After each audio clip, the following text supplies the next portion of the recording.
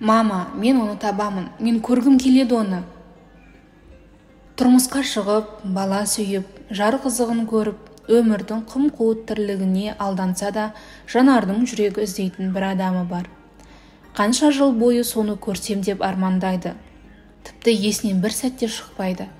Әйтеуір күндердің күнінде онымен ұшырасатын секілді болады да тұрады. Күтпеген жерден бір-бірімен қуана құшақ жайып қауышатындай көңілі елең-алаң. Жанардың өзі бүгінде балалы болған, кішкентай ғана томпиған, өзінің аузынан түсе қалғандай қызы бар.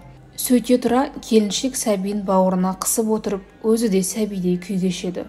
Көрмеген, білмеген, көз алдында елесі ғана қалған баяғы әкесін іздейді. Неге екенін жүрегі әлі күнге дейін өрекпіп, көңілі алай-дүлей бола қалады. Бұған салса, әкесі тура өзі отырған үйдің есігін айқара ашып кіріп келетіндей. Түсінде әкесін жиі көреді. Екеуі әлде бір жақтан келе жатады, не әлде бір жаққа кетіп бара жатады. Күйеуі Сәкенге, бүгін тағы әкемді түсімде көрдім, деді. Осыны айтқан сайын келіншектің үнінде үміт болатын. Өте әлсіз үміт, іштей сенімсіз. Әкесін қайдан тапсын? 25 жыл бойы бір-бірін тауып көріспегенде енді іздеп келер деймісің? Әкесінің Жанардан өзге де басқа бала-шағасы бар ғой, басқа ошағы бар. Қойшы, ұмытайыншы бәрінде. Рас, бала кезімде әкемді көруді армандадым, ал бүгін өзімде шаңырақ көтердім. Жанымда Сәкен бар, одан көрген перзентім бар. Бақыт деген осы емес пе? Жанар өзін өзі осылай жұбата сөйлейтін. Күбірлеп күрсіне отырып, бала кезден көкейінде шер болып келе жатқан әлгі мұңды өшіргісі келетіндей болатын. Бірақ әне-міне ұмыттым-ау дегенше әкесі түсіне тағы кіреді. Бұл шыдай алмай Сәкенге тағы жортады. Өзі неге жорын білмей сасқалақтайтын. 25 жыл бойы әкемді көрсем деп келе жатқан үміттен шаршады. Сәкен бастапқы кезде келіншегінің көңіліне қарайтын. Жанар бір емес, екі емес, жиі айта берген соң бірде «Сен өзі әкеңнің түрін білесің бе?» деп айқайлап жіберді. Айтуын айтқанмен қазір келіншек жылап жіберетіндей оның бетіне жалтақтап қарады. Алайда Жанар күйеуінің сөзін көңіліне алған жоқ. «Есімде», деді. Оның бейнесі еміс-еміс есімде. Мен 5 жасқа толғанда папам мен мамам ажырасып кетіпті. Әкем ұзын бойлы, сары адам болатын. Үнемі көзі күлімдеп, езуі жиылмай қарайтын маған. Сүтті яқ, әдемі туфли алып бергені бар. Басқа ештеңесі есімде қалмапты. Сәкен әрі қарай қазбалап сұрамады. Келіншегінің жүрегін ауыртпайын деп еді. Жанар нағашыларының қолында өскен, нағашы атасының үйінде жүріп мектепке барды. Кейін шешесі басқаға тұрмысқа шықты. Мұның сондағы шырқырап жылағандай, анасы келмеске кетіп бара жатқандай, бұл етегінен ұстап, жабысып айырылмай қойған. Үлкендер мұны әрең ажыратып алып қалды. Шешесі де жылап кетті. Қайтсын, қашанғы төркінде шошайып отыра бермек. Араға үлкен жеңгелері түсіп, әйелі қайтыс болған кісіге қосты да жіберді. Жанар тұлымшағы желбіреп, нағашыларында қалғанмен анасына арасын ұзатпай барып тұрды. Көбінде екі үйдің ортасын жол қылатын. Бір күні екінші әкесінің үйінде, бір күн нағашы атасының үйінде. Өгей әкесі өзімен өзі бұған назарында салмайды. Қабағында шытқан емес.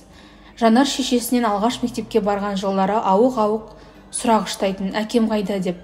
Анасы болса әкесінің қайтыс болғанын, енді оны ойлай берудің қажеті жоқтығын, тірі адам тіршілігін жасау керектігін айтатын. Жанар анасының айтқандарын мүлтіксіз тыңдағанмен әкесінің о дүниелік дегенге жылап қалатын. Анасының кенже сіңлісі Гүлсара күйеуге шығатын болды. Жанар Гүлсараға қарап өскен болатын. Нағашы әпкесіне көп жерде еліктейтін. Шешесі сіңлісіне «Сен де бой жетіп күйеуге шыққалы тұрсың». Жанар жалғызсырайтын болды-ау деді, терең күрсініп. Жанар сол жылы 7-ші класста оқып жүрген. Ол да айнаға жиі қарағыштайтын болды. Бұрынғыдай балалық мінездерінен арылып, ішіне сыр сақтайтын болған. Гүлсара, Жанарды енді бір жола өзіңе алсаңшы, апам да үлкейді, деді әпкесінің бағанағы сөзіне. Әңгіме өзі туралы болып кеткен соң Жанар қысылып тысқа шыға жөнелді. Өгей әкесінің үйіне барғысы жоқ. Шешесінің бұдан өзге де балалары бар. 2 ұл, 1 қыз. Жанар бұларды туған бауырларындай көреді. Бұл келсе, олар да арсалаңдап мойнына асылып қуанып қалатын. Әлде шешесінің үйіне барып тұрса екен. Үйге қайтып кірсе, бөлмеде шешесі мен Гүлсара әлі күбірлесіп отыр. Мұның үйге тысырлап кіргенін олар байқамады. Әлден соң, әкесінің тірі екенін білмейді ғой сорлы қыз, деді шешесі. Гүлсара, хабарын алып, Жанармен жолықтырсақ әлі де кеш емес. Тым болмаса әкесінің түрін көріп қалады, деді кесіп пішіп. Анасы шошып кетті. О не дегенің, қайдағыны айтасың? Қыздың жүрегін ауыртамыз. Балам бар деп сағынса, осы уақытқа дейін бір келіп, маңдайынан иіскеп кетер еді. Ол да жоқ, енді неге керек? Қиын күндер артта қалды, осыған да шүкір. Анасы тағы да ауыр күрсінді. Бұл болса, мына әңгімені байқаусызда естіп қалып, есіктің қуысында не әрі өтпей, не бері өтпей кептелген бойы сіресіп тұрды да қалды. Апалы сіңлілі екеуі мұны елер емес. Бәрінде естідім дегендей бұл еденді дүрсілдете басып, сыртқа қарай атып шықты. Бетін басқан күйі өзіне ие бола алмай, ал еңкілдесін. Тірі, әкем тірі.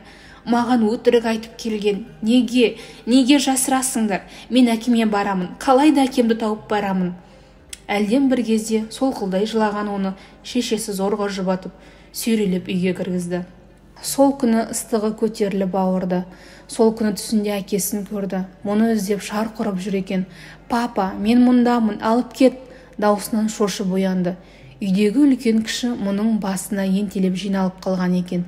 Бәрі үрке қарайды. Тек әжесі мұның ісіп кеткен тамағын ошақ түбіндегі күйемен бастырып жүр. Тіфәде, айттым ғой, шошынған байғұс бала. Бұл көзін ашып, бір жұмып қайта сандырақтады. Маңдайы жіпсіп, қара терге малшыныпты. Әжесі бастырмалатып қызына жегіп жатыр. Қаперсіз жүрген балаға әкесін айтып нелерің бар? Ай Сара, мұның шешесі. Сен 30-дан асып кетсең де, Құдайға шүкір, әкең тірі. Әкесіз өсудің ақыретін тартқан жоқсың. Әкенің орны бөлек. Балада болса, елегізіп іштей тынып жүрген ғой. Көрдің бе? Әкесінің бар екенін біліп еді, көңілі айра-жайра болды. Әжесі кемсеңдеп кетті. Бұл көзінің астымен шешесіне қараған еді, ол да көзінің жасын сығып отыр екен. Сол жылы жасы 13-те болатын. Содан бастап әкесін көрсем деп алып ұшты. Бірде, не үшін ол бізден бөлек кетті деп сұрап қалды шешесінен. Шешесі Айсара ернін тістеледі. Ауылда Жұмагелді дейтін кісінің оң босағада отырған қызы бар еді. Сол бір күні жүкті болды. Кінәлі әкең көрінеді. Ал қыздың әкесі соттатып жіберемін деп алаң салған соң соған үйленіп кетті. Біз ұрысқан да, керіскен де жоқпыз. Осылай ың-шыңсыз ажырастық. Сендер бір-біріңді жақсы көресіңдер ме? Жақсы көрдік. Ол содан кейін іздеп келмеді ме? Келмеді. Мүмкін емес, айқайлап жіберді. Сенбеймін, ол мені іздейтін сияқты. Көресің, мен оған барамын. Ол қайда тұрады? Білмеймін қызым, хабарым жоқ. Осымен әңгіме тәмамдалғандай. Шешесі қозғалақтап орнынан тұрып кетті. Күбірлеп бара жатыр. Ернінің ұшынан жай ғана, қай бетімен келсін мұнда деді, дауысы дірілдей. Жанар жүзін жас шуып, жабырқап қалды. Шешесінің көңілі одан күйеуінен суыған. Мейлі солай ақ болсын. Бұл қалай әкесін ұмыталады.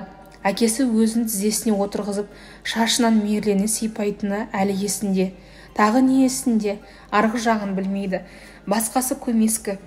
Тек бар аңсайтыны әкесінің сол алақандары, сол қолдары. Оның орнын дүниеде ешкім баса алмайды.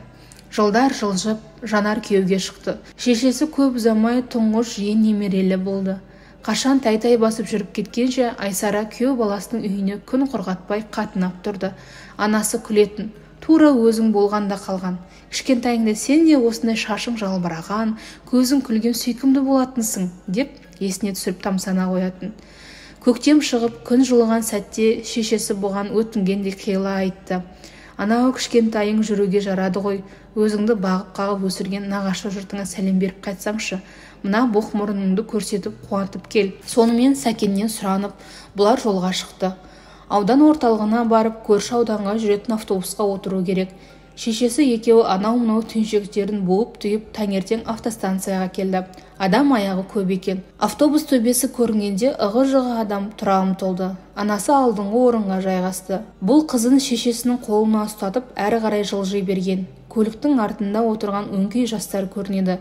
Бағанадан байқамапты. Терезе жақ бетте егделеу кісі отыр екен. Бұған тамағын қырнап, қызым, мұнда отырсаңшы деп дауыстады. Жүгің бар екен қолыңда. Әлгі кісі ығысып отырды. Бұл жанына келіп жайғасты. Әлден соң автобус орнынан ырғала қозғалып жүре бергенде алдыңғы жақтан шешесі. Жанар, орын таптың ба? Деді айқайлап. Я, мама, алаңдамаңыз. Қасында отырған кісі бұған жалт қарады. Кенет, ол сенің мамаң ба? Деді таңдансынып. Бұл я, деді. Жай сұрадыңыз ба? Егде кісі сасып қалды. Сосын әнтек жымиып, мамаң әлі жас екен, әрін бермепті деді. Жанар жаңағы кісінің бетіне үңіле қараған. Ол ештеңе болмағандай жайбарақат отыр. Неге мамамды сұрады? Бәлкім әкем бе? Апырмай, әкем емес пе екен? Мамама тесіле қараған несі? Оның жүрегі тарсылдай соғып кетті. Мына кісінің бетіне тағы да барлай қарағысы келген, бірақ дәті жетпеді. Қасында жанасып бірге отырған адамға бетін бұруға да жүрегі ырық берер емес. Құдай-ау, жүрегі аузынан шығып кетердей дүрсілдей жөнелген несі? Әкем осы ма? Қалай сұрайын? Айттым ғой, маған мамама бір жалтақтап қарап отыр әлі. Болмаса, таныстарының бірі ме екен? Танысы болса, шешемнің атын неге атамайды? Жанар аласапыран оймен алысып отырып, жанына таяп келіп қалған қызын байқамады. Қызың ба? Деді әлгі кісі елжірей қарап. Иә, аумайды өзіңнен. Жанардың жүрегі тағы атқақтай жөнелді. Мама, баланы маған жібергенбісің? Жанардың дауысы қобалжып шықты. Мұнысы шешесін бері қаратудың амалы еді, бірақ ол мойнын бұрмастан жаныңда бірге болсын, деді. Қап, шешесі бетін бері бұрып, мына кісіге көз жүгіртсе деп далбасалап сөйлеген. Онысын анасы сезген жоқ. Ақыры межелі жерге автобус жетті. Жапырлап жұртпен бірге бұлар да түсті. Әлгі кісі, сау бол қызым, деді жұмсақ үнмен. Бұл абдырады. Қап, шешесімен бетпе-бет келмеген қарашы. Жан-жағына алақтап шешесін іздеді. Ол бұларға қарсы жүріп келеді екен. Міне таяпта қалды. Қазір екеуінің көздері түйіседі. Таныр мекен бір-бірін. Жанар тынысын алмай әлгі кісімен шешесіне алма-кезек қарап қалыпты. Қайтер екен? Әне екеуінің көздері түйісті. Бір сәт екеуі де үн-түнсіз бір-біріне қарап қалды. Не жымимайды, не аңтарылмайды да, бей-жай қарасты. Заманда саманбысың дегендей бір қалыпты қарас. Әлгі кісі әрі қарай жөнеп барады, ал шешесі бері жүріп келеді. Жанардың жүрегі тоқтап қала жаздады. Әне бір кісіні танисың ба, мама? Жұлып алғандай сөйледі. Танымаймын десе, бұл өз деміне қақалып шашалып қалайын деп тұр. Қайсын айтасың? Әлгі жан ба? Қайдан білейін? Бұрын көрмеген адамым. Шешесі аспай-саспай сөйлейді. Жанар жүрегінің бұлқынғанын әлі басалар емес. Шешесінің өңіне әлде бір сыр іздеп қарады. Ол саған қайта-қайта қарағыштады. Білесің бе, мама, мен оны әкем бе деп ойладым. Жоға, әкеңге тіпті келмейді. Әкең ұзын сары еді ғой. Шешесі мұны жұбатқысы келгендей алдарқата сөйледі. Қызының жүзі әлем тапырақ болып кеткенін Айсара білді. Қанша есейсе де әкесін сұрауын қоймайды-ау. Бөтен кісінің жылы қарағанын, әкесіне жорығанын қарашы. Шешесі де қызы да осыдан соң өз ойларымен әлек болып үйге жетті. Жанардың көңілі қоңылтақсып қалған.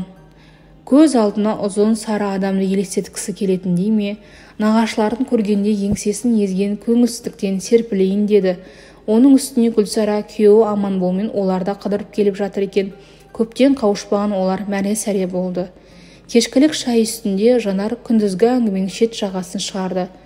Тәмпіштеп сұрауына қарағанда әкем деп қалғаным, сол жерде шалқалап құлаудың азақ алдында қалдым. Сөйтсем, папам ол емес екен.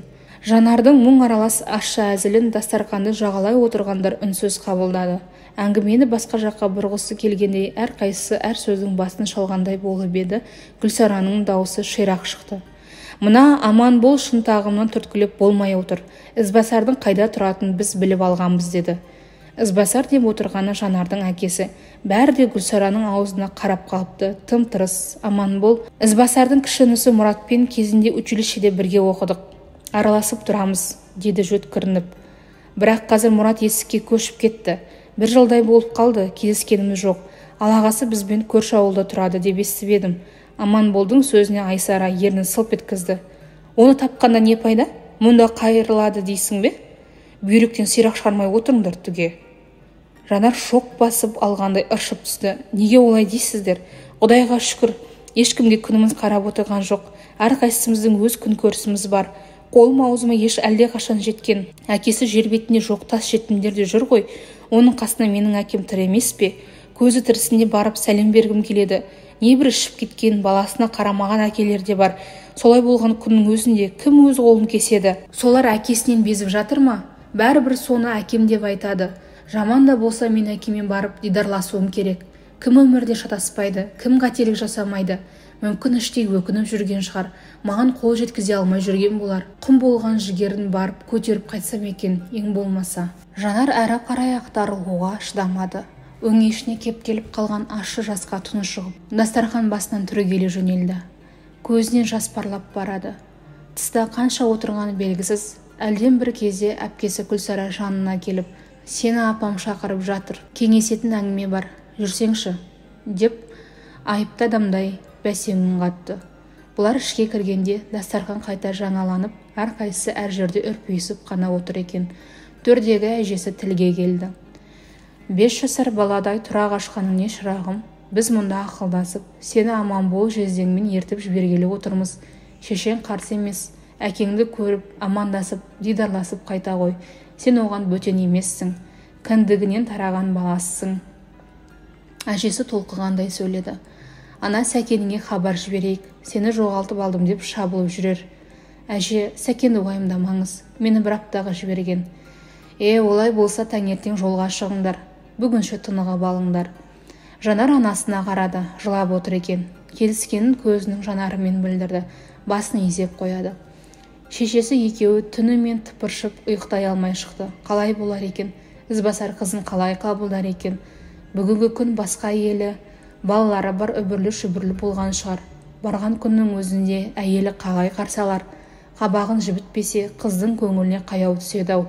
Құдай өзі жар болсын, қайтейін. Айсара таң ала кеуім атып жатқанда ғана көз шырымын алды. Таң сәріде тұрып самауырынға шай қойды. Қызы мен күйеу баласы Аманболды шығарып салды. Кішкентайын ертіп жіберді.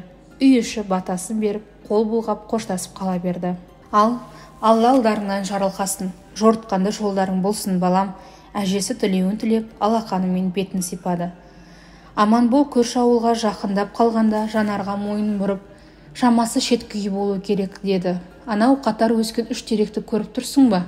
Сол жерден 2 үй әрі жүрсең, көк қақпалы еңселі там. Екеуі оны әңгімелеп келе жатып, көк қақпалы үйге таяп та қалды. Жанар жездесіне қарады. Аманбол есік қаққалы ұмтыла бергенде, тоқта, деді бұл. Мүмкін бұл үй емес шығар. Аманбол жезде, менің жүрегім суылдап барады. Папам бұл үйде жоқ шығар. Көшіп кетті ме, кім білсін? Қазір басқа біреу ашып тұрса не істейміз? Әуелі көрші үйден барып сұралық. Бұл расымен Ізбасардың үйі ме? Анықтап алған соң қағайық есікті. Әйтпесе жүрегім дауалар емес. Қазір жайсыз жауап алсақ қайтеміз? Жанардың қалын түсінгендей Аманбол бір ауыз тіл қатпастан алға қарай адамдай жөнелді. Соңынан Жанар қыздың жетектеп ілесіп барады. Енді көрші үйдің қақпасын бұлар батылдана қақты. Үйден жас келіншек шықты. Аманбол, айтып жібересіз бе, Ізбасардың үйі мына үй ме? Деді көк қақпаны иегімен меңзеп. Келіншек тосылып қалды. Ізбасар? Қандай Ізбасар? Жанар шегіншектей берді. Ізбасар деген кісіні естуіңіз бар ма? Көшіп кеткен жоқ па? Деп сұрады Аманбол үстемелетіп. Келіншек имене, кешіріңіз, мен жаңадан түскен келін едім. Қазір енемнен сұрастырып көрейін, деп ішке лып етіп кіріп кетті. Көп ұзамай қайта оралды. Бұл Ізбасардың туған ісі Мараттың үйі екен, деді күлімсіреп. Бұлар рахметтерін айтып әлгі үйге қарай жылжыды. Жанар қайта шыжбалақтады. Аманбол жезде, әкемнің үйі емес екен, қайтайық, жолым болмады, деп басын төмен салды. Інісін мен танымаймын, әкемнің өзі жоқ болса, басқаларына өзімді кіммін деп айтамын. Дұрысы, келген ізімізбен қайта салайық. Қызықпысың сен, қанша жерден тартынып жеткенде зата жөнелгеніңе не жорық? Ақыры келдік екен, анық қанығын біліп кетпейміз бе? Үйдегілерге не дейміз барған соң? Есігінің алдынан қайттық десе кім сенеді? Құдайым-ай, өзіңіз бірдеңе етіңізші, Аманбол жезде, тіпті жүрегім өзіме бағынбай барады. Шынымды айтсам, аяқ қолым дірілдеп тұр. Жездесі әзілге бұрды. Су жүрек екенсің ғой? Қашайын деп тұрған қоянға тәйт деген соң не жорық депті баяғыда біреу. Қазір папаң алдыңнан шықса, мені тастап зымырамақсың ба? Ол болмайды жарқыным. Дұрыс айттыңыз, әкем расымен інісінің үйінде отырса қайтемін? Сенейін бе, сенбейін бе? Есіктің қағылғанын естіп, үйден орта жастағы әйел шықты. Бағанадан ауыз-аузына жұқпай сөйлеп тұрған Аманбол дем арасында апалақтап қалды. Сіздерге кім керек деді? Біз Ізбасардың үйін іздеп жүредік. Бұл інісінің үйі деген әйел екеуін бастан аяқ шолып қарады. Аманбол, сонда сіз келіні боласыз ба? Ізбасар аға сіздің қайнағаңыз ба дегенім ғой, деді әйелге сұраулы пішінмен. Әйел, я, ал өздеріңіз кім боласыздар, деді түсін жылытуға тырысып. Жанар үнсіздікті бұзды. Мен Ізбасардың Жанар деген қыз боламын, деді сенімсіздеу үн қатып. Әйел тіпті айран асыр қарап қалыпты. Мына сөзді күтпегендей, Жанар, деді қатты дауыстап. Ой, сен Жанарсың ба? Әйелдің көзі күлімдей, дауысы жарқыншақтанып шықты. Ойбай-ау, не тұрыс, төлетсеңдерші деп қапелімде күйбеңдеп қалды. Қане, үйге кіріңдер, мен апамнан сүйінші сұрайын. Көшенің басындағы үйде құдайы болып жатқан еді. Әйел сасқалақтап біресе тысқа жүгіреді, біресе көрпе жайып, қонақтарын жайғастырып әбігерге түсті. Үйде 2-3 қара домалақ бала жүгіріп жүр. Әй, Шолпан, шай қоя бер, мен апамды алып келейін, деді ересектеу қыз балаға. Жанар, айналайын, мен қазір келемін, емін-еркін отыра бер. Әйел шығып кеткен соң Жанар біразға дейін қысылыңқырап отырды. Жайсызданып отыр. Әжесін бұл танымайды, мүлде есінде жоқ. Қазір қалай көрсер екен? Аман бол, басы жаман емес, деп көзін қысты. Сырттан кемпірдің даусы шықты. Қолыным-ау, жеткен екенсің ғой, жан ботамай, сені көретін күн бар екен ғой. Алла жасаған мың шүкір. Бөлмеге белі бүгілген еңкіш кемпір кіріп келді. Жанарды бас салып, аймалап сүйіп жатыр. Көзінің жасы моншақтап бір тыйылар емес. Келдің бе күнім, мені тауып келген екенсің ғой, шарығым. Бұл ештеңе деместен құшағы жазылмаған бойы кәрі әжесінің бауырында тұра берді. Не десін, дүниедегі бар асыл сөзді әп-сәтте өзіне үйіп төгіп айтқан мына қарт кісіге иіні босап, өңін жас жуды. Кемпірдің мауқы басылар емес. Сен қалай өсті деп күндіз-түні уайым еттім. Күйеуге кетсе барған жеріне сіңісіп кете алды ма деп сыртыңнан талай ойладым. Алтыным, азамат болыпсың, тіфә-тіфә, тіл көзден сақта Құдай. Жанар өз-өзіне әрең келді. Апа, мына балаңыз менің жездем болады. Шешемнің сіңілісі, Гүлсар апамның серігі. Маған жол көрсетіп келген осы, аман бол жездем. Мынау шөбереңіз, менің тұңғышым, деді, өздерін таныстырып. Кемпір шөбересін шөлпілдетіп сүйді. Сосын бұлардың үй ішінің туған туыс ауыл аймақтың амандығын тегіс шұбалтып сұрап шықты. Кешкілік жұмыстан Марат келді. Танысам дегенше буы бұрқырап дастарханға асылған етте келіп қалды. Мараттың келіншегі Назира қолдай-аққа тұрмай зыр жүгіріп жүр. Әңгіме ауаны бірте-бірте әкесіне қарай ойысты. Ізбасар қаладағы кіші інісі Мұратпен бірге тұратын болып шықты. Балам, әкеңе барып қайт. Бір көрсем деген арманы бар ғой оның да, деді кемпір түннің бір уағында. Бұлар таңертең жолға шығатын болды. Кәрі әжесі үйде қалып, бұларды Назира бастап алып баратын болды. Бір-бірін жаңа тапқан бұлар түнімен кірпік ілмей сырласып шықты. Таңертең жолға жиналды. Есік қаласына қарай ызғып газельдер жүреді екен. Бұл барғанда әне-міне автобус кетпекші болып тұр. Көп күттірмей-ақ ауыл маңынан ұзап та кетті. Көлік ішінде бір талай жолаушы бар, әркім өзімен өзі. Тек Жанар жүрегі үліпілдеп алдыңғы жаққа отырып алған еді. Шопырмен қатарласып жайғасты. Ол көңілді сияқты, езуімен ыңылдап қойып әндетіп келеді. Түнімен ұйықтамағандікі болар, аман бол да, Назира да көздері жұмылып мызғып кетіпті. Жанардың ұйқысы шайдай ашылған, екі көзі жолда, қасақана күткенде уақыт өтеді ме, жеткізер емес. Бағана жолаушылар дабырласып отыр еді, енді бәрі де қалғып мүлігіп тым-тырыс бола қалыпты. Үйден шығарда Назира қалаға жетпей алақандай ауыл бар, сол маңнан түсіп қаламыз деген. Өлдім-талдым дегенде көз ұшында жыпырлап үйлер көріне бастады. Шамасы Назира айтқан ауыл осы болар. Өтіп кетіп жүрмейік дегендей мойнын бұрып Назираға қарады. Көзін уқалап ол да терезеге қарап жатыр. Назира жеңге, бір ауылдың төбесі көрінді. Біз деген осы ауыл емес пе? Жанардың даусына Назира жеңгесі келіп қалыппыз, деді жауап беріп. Ауыл шетіне іліне бергенде жолдың жиегінде қаңтарулы тұрған машинаға көз түсті. Жанында білегін тұрып, көлігін шұқылап жатқан кісіні көрді. Бұлардың көлігі әбден жақындап қалғанда ғана жердегі кісі қолын көлегейлеп қарағандай болды. Кім болса да көлігі бұзылған біреу. Газель зуылдап жанынан өте шыққанда Назираның шоқ басып алғандай ышқынған даусы шықты. Ойбай, шопыр бала, тоқтат! Аманшылық па, не болып қалды? Шопыр да басқа жолаушылар да әйелге үрпейісе қарады. Ана кісі, мына қыздың әкесі, тоқтатыңдар автобусты, бұл қыз әкесін көру керек. Шопыр қолын рульден ажыратпаған күйі, сонша не болыпты? Әкесі болса үйіне барып көрмей ме, деді жайбарақат. Назира тағы безектеді. 25 жыл көрмеген әкесі үйінде емес, әлгінде жол жиегінде тұр емес пе? Ойпырмай, қызық болды бұл. Әй Шопыр, тілімді алсаңшы, тоқтат деймін. Жаңа ғана ешкімге тоқтамауын ескертіп шуылдасып қалған жолаушылар мына сөзді естіген соң таң-тамаша болып Жанарға қарағыштай бастады. Бұл сілейген күйі отырып қалған, үн жоқ. Автокөлік ішінде сақалы аппақ шал кісі келе жатқан болатын. Сөзге сол кісі араласты. Бала, тоқтатсаң тоқтат көлігіңді. Тек қарақтарым, абай болыңдар. Мен Ізбасарды танимын. Оның қан қысымы бар.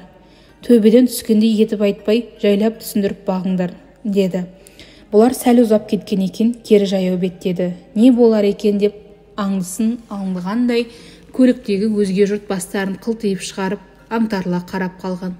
Жанар, аман бол, Нәзира, әлгі шал барлығы жиылып жол шетінде тұрған кісінің қасына таяп келді. Жанар әкесіне қадала қарады. Уақыт шіркін не деген жүйрік. Теттей көзінде көрген әкесі, тура соның өзі. Арадағы жылдар әкесінің бетін аямай ұйқып әжімдеп тастапты. Ұзын болып көрінетін бойы шөгіп кеткендей ме, орта бойлы, ет жеңді самайына қырау басқан, маңдайында қатпарлы сызығы бар, егде тартыпты. Міне сол әкесінің жанында тұр. Таныр екен. Жағалай қол беріп амандасты. Нәзира қайнағасына сәлем берген соң, аға, мыналардың ішінде кімді танисыз деді, дегенде қуанышын жасыра алмай. Әкесі аса сабырлы екен. Аманболға әлгі таныс кісіге бәріне асықпай қарап шықты. Жанарды көргенде біраз іркіліп тұрып қалды. Соның мұның етегіне жабысып, танауы таңқиып үлкендерге қарап тұрған кішкентай қызына қадалып ұзақ қарады. Сосын Жанарға қайта тесіліп қарады. Біресе үлкен Жанарға, біресе кішкентай Жанарға қарайды. Әлде баяғы кішкентай Жанар көз алдына келіп тұр ма екен?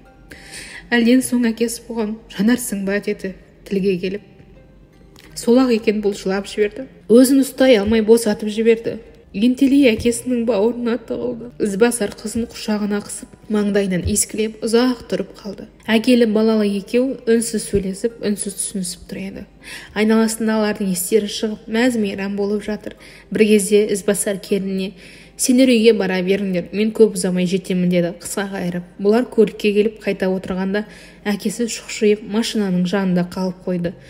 Мұраттың үйіне де жетті-ау. Аманбол Мұратты көріп, екеуі ақар-шақар болды. Көрші қолаң да жиналып қалды. Кішігірім той өтетіндей аяқ астан абыр-сабыр болды. Нәзира мен Мұраттың келіншек қазанға ет салып жүр. Біраздан соң әкесі келді. Бағанағыдай емес, көзі домбығып ісіп кетіпті. Қып-қызыл, сірә жасырынып жылап алған болса керек. Үн-түнсіз дастархан басына келіп отырды. Дабыр-добыр әңгіме сап тыйылды. Үйдегі балаларға дейін жым-жырт бола қалды. Жанар әкесіне айтатын сөзі көп тұқын, бірақ дәл қазір соның бірі де аузынан шығар емес. Бәлкім, әкесі де сондай күй кешіп отыр ма? Әйтеуір сөзге сараң. Қызым, қанша балаң бар? Әкесінің алғашқы сөзі осы болды. Үлкеніміз осы, әзірге. Мына бала кім болады? Менің жездем болады, нағашы әпкемнің жолдасы. Ал күйеу балаңыз Сәкен үйде қалды, жұмыста. Мұнан соң әжік-күжік әңгімелер айтылды. Әкесі езу тартып жымиғаны болмаса сөзге араласа қойған жоқ. Тек бір-екі рет шешесінің туған туыстың халін сұрады. Жанар 2 күн ұйқы көрмеген, әбден қалжырағаны сондай жастыққа басы тиер-тимес ұйықтап кетті. Алаңсыз ұйықтапты. Таңертең әкесінің даусынан оянды. Ол ерте тұрып шыттай болып киініп алыпты. Бір жерге қадап бара жатқандай өзі. Қалай, жақсы тынықтың ба, балам? Қатты ұйықтап қалыппын, папа. Тағы да әкелі балалы екеу қысқа сөздерді қайырудан әріге аспады. Таңертеңгі шайды ішіп бола берген соң әкесі, жиналыңдар, бір жерге барамыз, деді бұларға қысқа ғана. Мұрат бала-шағасымен Аманбол мен Нәзира бар. Барлығы киініп дайын тұрды. Барлығы жамылып әкесінің соңынан ерді. Әкесі жол үстіне ләмем деген жоқ, тек Нәзира ғана тағатсызданып, қайда бара жатырмыз, саған айтпады ма деп сұрап қалды Жанардан. Жанар үнсіз басын шайқады. Расында да қайда апара жатыр, өзі әйелі бала-шағасымен таныстыруға емес пе? Олай болса Жанар өзін жайсыз сезінер еді. Қанша жылдан бері көріп тұрған әкесі ғой, онымен бірге басқа ешкімді елестеткісі келмейді. Басқа отбасына әкесінің қиғысы жоқ, әлде мүлде басқа жерге әкеле жатыр ма? Оймен алысып келе жатып байқамай да қалыпты. Бұлар ауыл орталығындағы шағын үйінің қақпасына тұмсық тіреп тұр екен. Арғы жақтан сақал мұрты өскен біреу шыға келді. Қол беріп, иық түйістіріп амандасты. Қауқылдап хал жағдай сұрастырып жатыр. Қайдан жүрсіз, Зеке? Келе бермеуші едің? Әлгі сақал мұрт қойған кісі бұларды ішке алып кірді. Жағалай суреттер, бұл фотосалон екен. Мына кісі фотосуретші болып шықты. Ал бізді естелік үшін жақсылап суретке түсір, достым, деді Жанардың әкесі жайраңдай күліп. Мынау менің отбасым. Жанар әкесіне қараған, ақсия күліп отыр. Әкесінің сол баяғы Жанары өзгермеген екен-ау, сол баяғы күйінше көзі күлімдеп қарап отыр. Сөйткенші болған жоқ, қазғада тұра қалған бұларды фотосуретші суретке түсіріп үлгерді. Әкесімен қоштасу оңай тиген жоқ. Келіп тұр, қарағым, деді әкесі мұның көзінен сүйіп, анаңа сәлем айтарсың. Жұмсақ әрі жылы сөйледі, даусында қимастық бар. Жанар үйден кетерінде білді, әкесі Мұраттың қолында тұрады екен. Алған әйелінен ажырасып кеткеніне біраз жыл болыпты, содан бері үйленбеген. Жанар күрсінді, ал анасының басқа шаңырағы бар, тағдырға не шара. Үйге жүріп қонақ болыңдар, деді Жанар қос жеңгесіне. Сөзін жерге тастағысы келмегендей, Нәзира мен Мұраттың келіншегі Жанардың ізіне ілесті. Келіндерінің Айсараның үйіне барып қайтуына ізбасар рұқсат берген еді. Жанар шешесінің үйіне кіріп барғанда анасы шолықты оқып отыр екен. Жанар: «Мама, ол келді, әкем келе жатыр, қарсы алсаңшы», деді асықтырып. Шешесі расында абыржып қалды. «Келген несі? Келе жатқан қалай?» деп орнынан атып тұрды. Оның келгеніне қарсы болатын сияқты ма, әлі жөн көрмей ме? Бірақ сонда да айна алдына барып жалма-жан шашын орамалын түзеп әлекке түсті. Анасын аңдып тұрған Жанар: «Мама, әншейін әзілдегенмін. Әкем келген жоқ». Орнына келіндерін жіберді. «Далада қонақтар күтіп тұр», деді көзі күрімдеп. Шешесінің көңілі орнына түскендей: «Ей, сөйлемейсің бе?» деді. Әйтсе де жүзі бір қызарып, бір бозарып, кібіртіктеп қалды. Содан соң етек жеңді жиып, қонақтарды күтіп алуға тысқа беттеп бара жатты.